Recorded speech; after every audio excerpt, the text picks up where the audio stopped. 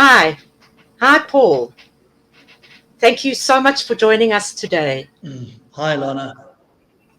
It's great to have you. And as I always Thank say, you. Good to in be these here. it's so nice to have an entrepreneur with us, and an entrepreneur that's also gone a bit corporate now. But this is really a forum for franchisors come on board and share success stories and learnings and mistakes that they have made, both for fledgling franchisors and for established franchisors. So we're delighted to have Paul from Doppio Group on board. And Paul, you were the founder of Doppio Zero, right? Those two back in, when was it, 2002? 2021. Oh, 2021. Okay. March 2022. Sorry. Yeah. Okay. So I Wow. was a co-founder Yeah. with my partner Mickey. Yes. And we started in Greenside. Right. And Paul, what got you going in the first place? What was your kind of inspiration? For the industry or for the brand? For both. For your passion as an entrepreneur, what made you go to that direction? So first of all, I'm on Greek Cypriot heritage. So I think I was always born into an entrepreneurial family, small businesses, mom pop shops, superettes, cafes, takeaways, restaurants. So it was familiar. We were all working in a store at some point, as most Greeks were for my generation. So that was from an entrepreneurial point of view. I was the prodigal son that went to university, Right. but I think we weren't brought up in a corporate environment, so it was an easy step into business for us. I started with my brother and myself, and then after 10 years of business, I met my partner Mickey. We saw an opportunity for a restaurant, and we opened Doppio Zero. And I think the rest is history. We worked hard. We made a lot of mistakes on the way, and we're still growing. There's no, we're still a long way from being a big brand. But yeah, that's how I've got into the industry, and that's where I am now. Yeah. And it's really from humble beginnings, you started off as a small bakery, and now you have got quite a large national footprint within the whole group, with the acquisitions on taking on different brands, and now with the Spur acquisition. You're being humble when you say that, you're not big out there, but you really are, and you're a household name. And, speaking about names, how did you come up with the name Doppio Zero? Sorry, there's a bit of a lag, Paul.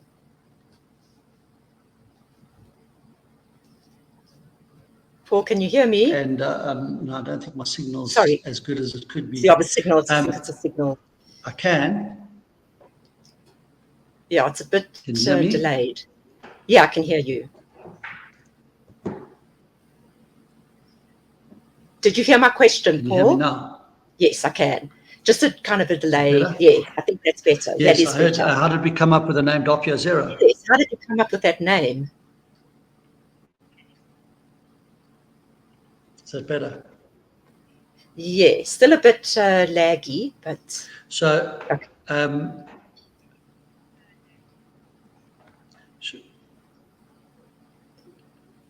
is that okay? Yeah, let's try and see. Can I move? Okay. Yeah, maybe. So Doppio Zero is. Can I just move within our offices? I'll get a better signal. Just give me a sec. Sure. While we hold for Paul, I really just want to commend entrepreneurs out there that can really take the step and open businesses as they do, start off with almost nothing, without hardly any funding, even like Nando's did, and really create something big out there. And I must say, for a lot of South African franchises, we've seen that it's very, very local. We don't need big international brands here because we can do it on our own, and we have done it so successfully. In fact, it's our brands that are going international. It's our Nando's, our Ocean Baskets. So we've got a lot to be said and a lot of pride in our branding at the moment. And that's why it's so important for us to have the likes of Paul speak to us to hear how everybody out there can do this. Anybody with a good idea can do it. Right, let's hear you now, Paul. Let's hear about Right. your name. That So, looks better. we were going to open up a restaurant in Greenside, and we didn't have the zoning, so we opened up a bakery. And Doppio Zero is a 00, means 00 in Italian, and a 00 is a grade for flour. So we were opening a bakery, we were making pizza, and it was an Italian theme, Italian Mediterranean. So 00 from the flour sounded like a good name. It was one of 5 names, and it worked. It was easy name to say. Not a lot of people know what it means. Yeah, But which is not a we're bad now thing known as sometimes. Doppio. It's not a Yeah, bad thing, but yeah. it wasn't difficult to say. And we're using 00 flour for our pizzas now, and it was a good fit. Right, right. And that really speaks to the fact that you kind of positioned yourself in a way of high quality community, that kind of feeling and vibe. Is that correct? Yes, it was. I think at the time, it was sort of the European sidewalk cafe vibe. We had a nice little outside area, al fresco. Now it's the norm. But then it was, there Yeah. weren't a lot of, there was Nico's and Espressos in Parkhurst. There was 1 or 2 shops around that were doing that. But I think that was the attraction. The attraction was it was a bakery. We were outside. You could sit in the sun. Yeah. We had a 30-seater restaurant, and then we just grew from there. And I mean, it was novel at the time. I mean, we went to Rome recently, and that's all it is. I mean, I don't know what people do all day, but they just sit in these kind of restaurants and eat and sidewalk, and it's a whole social thing. And I mean, you really kind of piloted it almost here, and it worked really well. And that gave you the impetus to grow from there. Yeah, growth is not always easy, especially when you do a concept in one store, in one position. And when you grow, you've got to think to yourself, is it the position that's successful? Or is it the brand? Or is it the concept? Because a lot of people make the mistake, they've got a phenomenal position. They put up a concept that if you put up 10 concepts in that position, it would work. And then they franchise from there, or they grow from there. And the concept doesn't have enough weight in an average position. And we found we've been on the good and the bad side of that. We've also opened in locations where we arrogantly thought that if you build it, they will come. But you realize that a customer could only be inconvenienced so much. They'll park up the road for something new, but they won't park 3 blocks away for something average. Right. So Interesting. we've made some mistakes, but we've also got it right most of the time. Right. And what is getting it right from a location perspective? Yeah, it's difficult. People say, where's your site selection criteria? And, the typical things are convenience, parking, visibility. And for us, it's gut feel. Would I want to sit here? We like outside areas. We don't always have them. But I think we've also realized that in the current format, that sort of outside feel is important. We've got some successful mall stores, but they've got an outside feel. They've got an outside area that's either open air or visible to the street. Right. So, I think convenience to a point. You want to be able to park and not walk 3 blocks. Access Yeah. to residential and business, because we open breakfast, lunch, and dinner. So it's good to have a Right. business component. High traffic streets with easy access are always a winner. So, we Yeah. always look at a site where, we've looked at some locations actually recently. And if I took that shopping center and I put it in the northern suburbs where I'm familiar with, I would say it's 110% site. But because it's out in the sticks, I'm nervous. The locations, the premises is brilliant. It's a 10 out of 10. But the location, the demographic, the flow doesn't fit. So we've got to make those decisions. And I think all franchisors and all franchisees have got to do the research and go and sit Yeah. in restaurants or similar concepts in the area, see who the customers are, spend time at the busy intersections, Yes. who's driving around. Are they trucks? Are they mommies Mm. dropping their kids off at school? So, Yeah. we do Yeah. a bit of that work. Yeah. And I like the way you pick up on those nuances, without just looking at scientifically on paper what would work. I mean, I think it's great, the idea that, you sit down and actually watch, get a kind of grassroots feel for who the customers are, which trucks are driving past. That's a very important part of choosing a site, which I think a lot of people wouldn't even think about. Would No, that listen. apply to all? Carry on. No, I think there are more scientific ways of doing it. We speak to big brands, and they get companies to look at LSMs, to get the hard stats. And I think if Yes. you can, that's definitely the first point. First point of call. So find the hard stats: how many houses, how many people, how many schools, how many churches, how many shopping centers. Because we're quite a small company, we do the the, the research ourselves. We look at competition. Successful competition doesn't always mean you're going to be successful, and likewise, competition that's not successful doesn't mean you're not going to be successful. But it just gives you an indication of Yes. who's out there. Yes, yes. And would that apply to your different brands? The same kind of thinking? Because your brands kind of have a different personality. Each and every one of them has a different personality and look and feel. How do you manage Yeah. that anyway? So slightly, I think 70% of your site location will be the same, because we're in the restaurant business. The difference between Modern Tailors and Pizza Vino maybe we don't have a breakfast trade, so that breakfast component potential is not as important on a site selection, whereas access to tourism or hotels or residential is more important.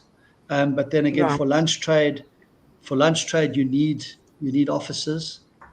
You need Yes. easy access. You need to Yes. be it's close to where people are. Right. Yeah. And I suppose that would apply, I mean, to marketing and branding and operational support. Do you have different kind of divisions or people overseeing the different branding and marketing of your different brands? Maybe just first speak a little bit about the brands that you have. So Doppio Zero is our main brand.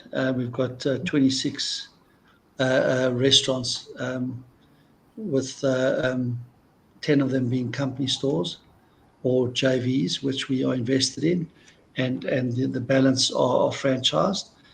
Pizza Vino, we've got nine restaurants, and then we've got a Pizza Vino spin-off called Chicho's. Similar, it's Italian pizza. Right. We've got one, and then we've got Modern Tailors, which is a modern Indian style restaurant. We've got one in Rosebank. Right. We're opening another one in Pretoria this year. and we're opening 4 Doppio Zeros in the next 4 or 5 months. So those are our main brands, Doppio Zero being breakfast, lunch, and dinner, and Pizza Vino and Modern Tailor lunch and dinner only. So they are similar markets. I think Modern Tailors, because it's so different, it's a little bit more of an upmarket restaurant, but basically very similar in LSM and similar in Right, customer demographic. right. And just tell me about rolling out the franchise. What were your early challenges in franchising rollout? So I think early, late, forever, the challenges are Whatever. going to be finding the right franchisees. Yeah, yeah, Trying to find the right franchise partners. So the challenges early on were we didn't really have a lot of structure and systems. We actually opened the first 3 restaurants, and then we sold the 2 as franchises. So that was probably a little bit easier, just in terms of because we had a working business, which we sold as a franchise. right. Um, but I think just getting the product right, also juggling between owning stores as a company so early Yes, on and franchising. A lot of there's a debate whether franchisors should be invested. I think there's an argument for both. We know what it takes to run a restaurant. mm-hmm. We know what it takes. We know the challenges with costs, food costs, labor costs, Yes, occupancy costs. So, when we yes, assist our franchisees, we come from a position of, we're doing it already. yes, exactly. So the negative side of that is, you need to have the structures to run both sides, Yeah, because you may tend to focus on corporate and not as much on franchising. And your franchise partners are paying a lot of money. They need to be looked after. yeah. So, that's.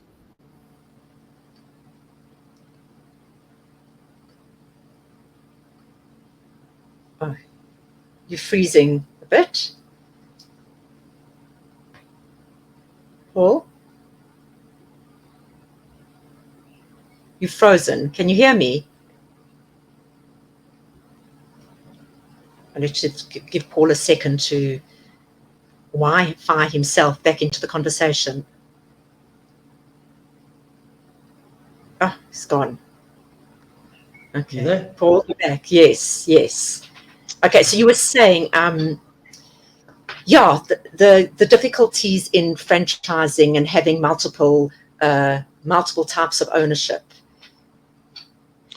Yeah. So I still believe that there's a place for franchisors to have company stores, Yeah. but not at the expense of their franchisees. Yes. So, we try and have, we are a small business. So we don't have as many franchisees, so we could be closer to our franchisees. Right. It's an easy phone call. My phone is always on. Yeah. Our structures are not that deep. We've got an Yeah. operational team that consists of a chef, an ops specialist, procurement, and marketing. So, Right. you were asking the question before. Typically, marketing we like to keep separate. So we have a marketing specialist, marketing coordinator for Pizza Vino and for Doppio. Modern Right. Tailor is still only one restaurant, so that functions sits with myself and my general manager. Right. But the shared services are things like procurement, administration. Um, Right. those Yeah. don't affect the brand's personalities as much. Yes, absolutely. And I mean, I believe it's a good strategy to go the route of having like kind of a plural franchise system where you've got company-owned stores, joint ventures, and franchises. because as you said, it gives you kind of skin in the game when you've got your company-owned stores. Also, it kind of can provide a bit more revenue than royalties. And you've also got JVs who kind of are a mix of the two, and franchises. So it is, I believe, a very workable model, but you do need the infrastructure and the resources to support all the different formats. Absolutely, and it's I was very bullish in the early days. As you get older, you think, maybe we should only have one company store for training, but that also makes I think it makes you lazy. You need to understand your brands. We've got quite complex brands. Yeah. So I think there's an argument for both. If you've got a simple QSR, easy model, and your focus is supporting the system, I think you Yeah. don't really have to have. Maybe you have a JV or one or two company stores. Yeah. If you've got big restaurants, like you said, a big revenue stream for us is company stores. Yes. We still pay royalties, we still pay marketing. We don't have that Right. benefit. So it does roll back into the company, but on Yes. your Yes. income statement, you're seeing the same as a franchisee. Right. So Right. we understand when a franchisee comes to us and says, "Listen, I need help." We've got references, we've got Yes. comparatives. We Yes. look at a spreadsheet and say, this cost category average is this, and yours is higher or lower. So we know where to drill down. Yeah, so that's really important for franchisees, because one of the benefits of franchising is that you can share benchmarks with each other. And having those company-owned stores and sharing those benchmarks is really a vital exercise. That's something that a franchisee wouldn't get if he was a single store owner owning his own business. So those are just one of the many benefits Sure. of franchising. You also Sure. supply products, right? You've got your own bakery and kind of supply distribution center. Is that correct? Yeah, we've got a central bakery in Johannesburg, Right. Kai Sands, and we do a lot of our baking for. Doppio's got a model with baking stores and non-baking stores. So Central Oh, right. Bakery supplies non-baking stores with breads and cakes, and the baking Yeah. stores only get confectionaries. Also a challenge for the model in growth, because now we're going to outlying areas. We're in PE, Mpumalanga, Limpopo. We're looking at Bloemfontein. We're in KZN. So it becomes a little bit harder to distribute from central, Of especially when course. it's a perishable bakery goods. So Yes. we're looking at setting up bakeries in these remote sites in store, or Right. partnering with other bakeries, other supply chain. Right. So I think that's a big focus for us this year, is to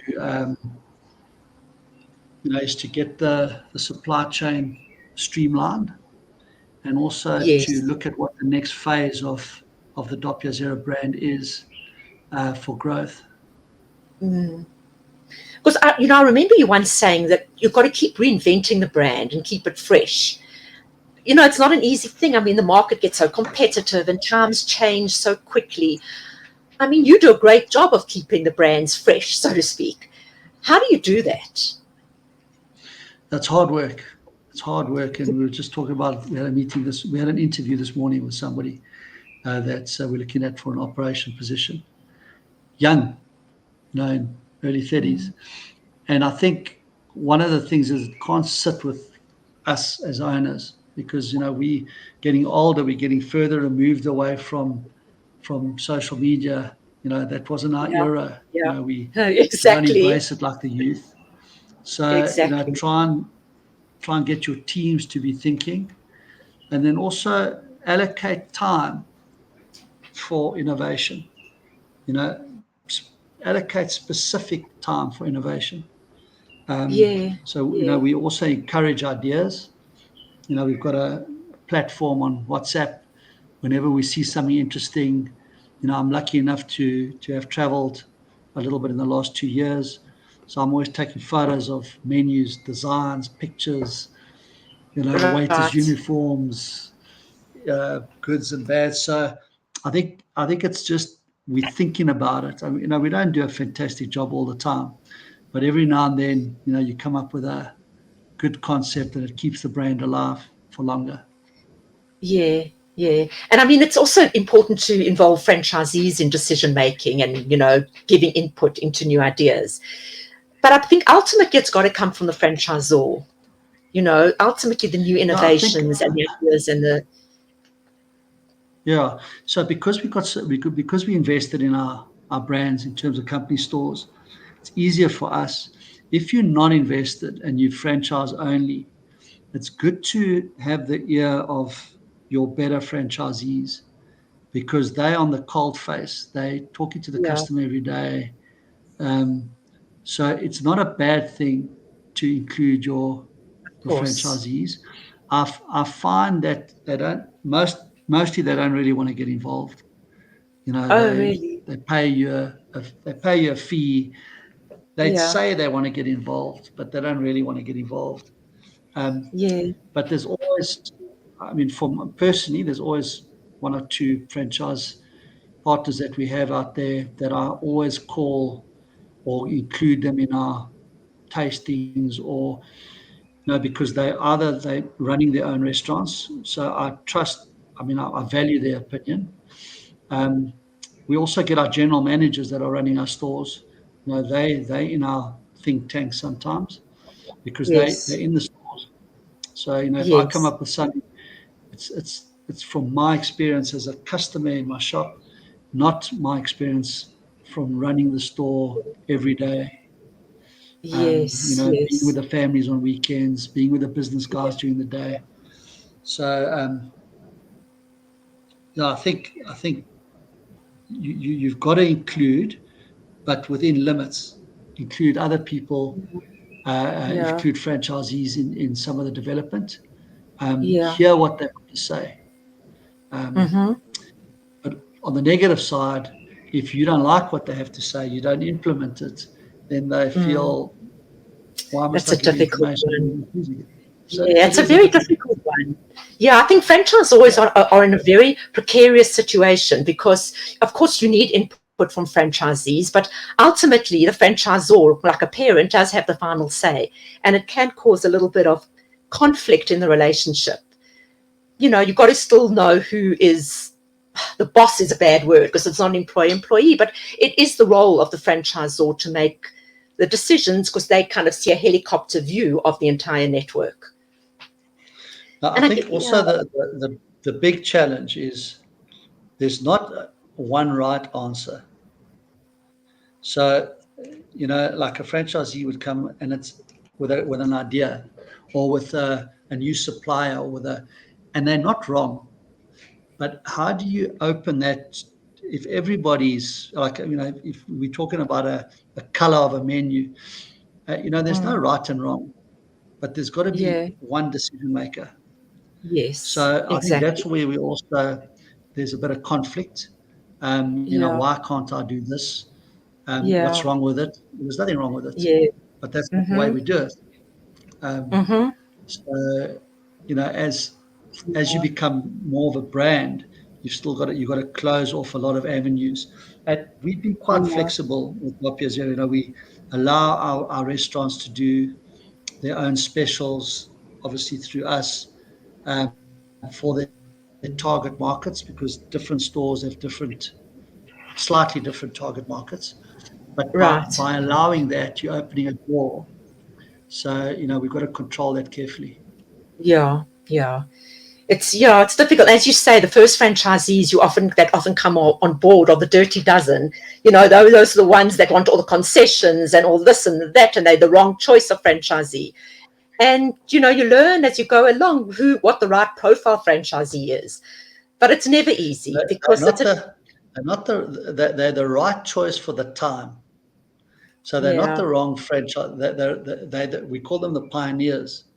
You need yes. them when you start, but you don't want them when you grow. Um, and I Yeah, mean, it's I don't very mean you well don't put. want them. 100%. It's not that you don't want them, but because they've been with you from the beginning, they want all the concessions, they want all the say.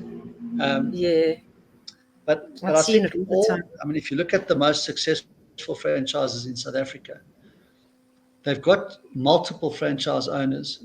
And what we find is multiple franchise owners have their own little operational teams, and they are good for your brand because they look after their businesses. They reinvest in their businesses. Right.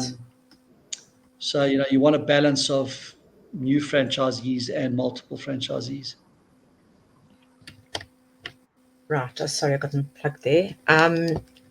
Sorry. You can still hear me though, right? Yes, I can. Sorry about this. Yeah, I think it is quite a difficult balance when it comes to, letting them have their own say, but at the same time, you being the boss as well, keeping that balance right. Because franchisees, especially as they get more powerful, can tend to become more kind of belligerent and difficult. Yes, it is like that. But, you probably treat them a little bit differently because they've been with you for a long time. Yeah. You might give a little bit more of concession. You expect a little bit more feedback from them in terms of Yes. innovation. Yes. So we've got 3 or 4 multiple franchise owners, but with Right. 2 or 3 stores, we don't have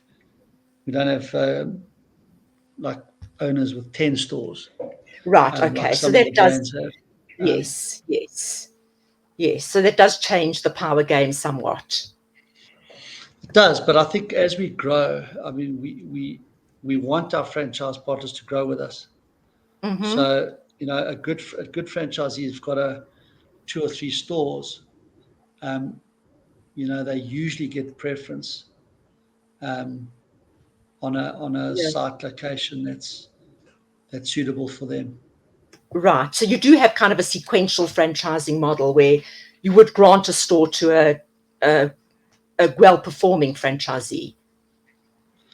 We would offer it if they were Yeah, offer it. interested. We would offer it to them first. Right, Yeah. right, Um, right. Listen, a lot of the times, franchisees bring sites to us, and we're not at the stage now. I think we're getting to the Yeah. stage now where we'll say to a franchisee, "Well, you don't suit our brand." If a franchisee doesn't suit our brand, ideally we shouldn't be giving him the franchise. Yes, Um, yes, but a lot of the franchisors out there, if you bring a site, doesn't mean you're going to get the site. They'll give it to the suitable franchisee. But I think we're small enough. We're close to our franchisees. But we'll see what the future brings. We want to try and stay entrepreneurial, of course. and I think that's our brand. So we have to stay Yeah, entrepreneurial. yeah, you have to. And on that note, obviously we all know about the Spur acquisition, a 60% acquisition, right, in the Doppio group. Is that correct? Yeah, that's correct. So, yeah. So as you say, you're going to remain entrepreneurial. You're going to still have that entrepreneurial flavor, so to speak, within the corporate environment. So we've got a company. We've now got all our brands in a company called the Doppio Collection, and Spur Right. bought a share, 60% share in the Doppio Collection. So we're still running our business. We make the decisions. I think our relationship with the Spur team is fantastic in terms of they're super supportive. They're looking to keep our culture of innovation, Right. and entrepreneurial. I don't know if that's going to change in the future, but at the moment, I'm very positive. I'm very excited to work with the people that are running this Spur Corp. Like I said to you before the interview, they've got a fantastic culture of hospitality. and that's what I totally believe in. And they've also got a very successful franchise network. So I think from Yes. a franchising point of view, we've got a lot to learn, and they're good people to learn from, and hopefully we could impart a little bit of our food culture. Yeah, sure. But we different segments. But then I think we all work in the hospitality industry, so that's the common denominator.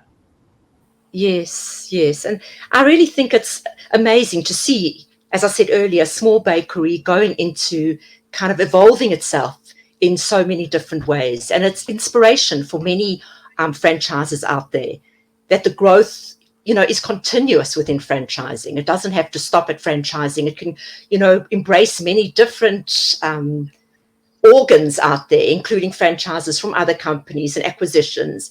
There really is it's open doors for everybody out there. Yeah, it is. I think franchisors have got to be mindful, especially when they at a small stage. Like, I mean, we're still small. When we were doing the original strategies with franchising when we started, there's like a curve where you've got to get past a certain amount of stores, and then in that sort of 10 to 30 stores, it's a dangerous place to be, because you're now getting to a big business, and if you don't have the Yeah. structures, it runs away with you. So I Yes, think exactly. we've always looked at our business, our brands first. Um, it's not it is a private business, but we don't milk our businesses. We retain some equity for growth, and we've always got Yeah. an infrastructure that has typically been a little bit bigger than we needed to support the network. So, Right. from from franchising point of view, as you get bigger, you need to make sure that you've got the structures to support Yeah. that growth. Otherwise, it sits with the owner, and the owner gets Exactly. older, and the owner gets tired, and the owner gets lazy, and eventually it starts Exactly. diluting. Yeah, exactly.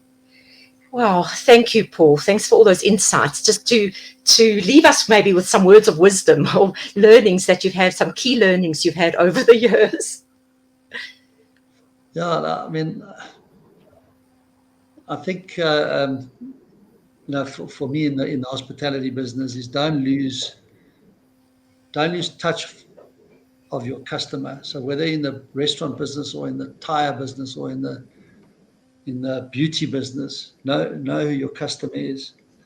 And we've fallen into the trap where we so busy with the complexities of your business that you forget Correct. about the customer that's coming through the doors. And Yes. the whole story of you're only as good as your last experience. We get emails from customers saying, guys, you're dropping the ball, but we want you to fix it because we love your brand. So Yes, yes, we're which is lucky. great. We're Yeah, lucky. We're lucky to have yeah, customers like that. yes, Um, yes, that you got those so I think relationships. that's the one big learning. And secondly, to get the right people to help you. That's as a franchisor, you need it's a team effort. Yeah, Um, yes, yes, Always difficult, but I think you keep looking, you get the right people around you, have fun, and enjoy what you do. When you stop enjoying it, then it's time to move yeah, on. yeah, yeah. And I think we often neglect that passion side of the business, that you want to get up in the morning and do this work. Yeah.